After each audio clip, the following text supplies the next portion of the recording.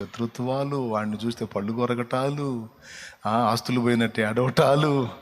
ఓరేనని ఎంత పిచ్చిగా ప్రవర్తించి చీచి అనిపించదా? ఎంతమంది ఒప్పుకుంటారు? సేమ్ ఫీలింగ్ ఈరోజు ఈ భూమి మీద ప్రస్తుతం మనం వెంపర్లాడుతున్న ఈ సిరి సంపదలన్నిటి కొరకైనా వెంపర్లాట, రేపు యేసయ్య మనల్ని తీసుకెళ్ళి ఉంచబోయే మహిమలో చూసుకుంటే,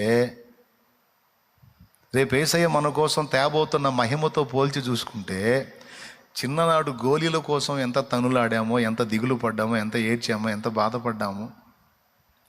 మళ్ళీ ఆట మనకు చేత కాకపోతే ఆటగాన్ని తీసుకెళ్తాం మనం. మళ్ళీ నా గోళీలన్నీ కొట్టేశాడు రా వాడు.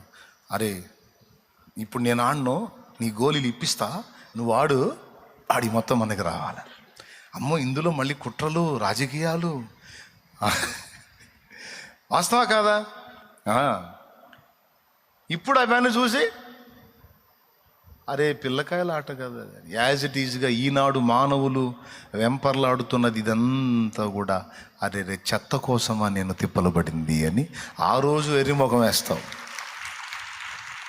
ఖచ్చితంగా ఇదే. అందుకే నాకు అది లేదు, ఇది లేదు, నేను అట్టయ్యాను ఇట్టయ్యానని ఏడుస్తూ ఉంటే ఏసైనా నవ్వుకుంటూ ఉంటాడు. ఎంత పిచ్చిదానివే తల్లి నువ్వు, ఎంత పిచ్చోడివి నాయనా నువ్వు. నేను నీ కోసం సిద్ధపరిచిన దానిలో నువ్వు బాధపడుతున్న ఏ మూలకన్నా వస్తాయా? అసలు నేను నీకు ఇచ్చినవి ఎంత గొప్పయో తెలుసా?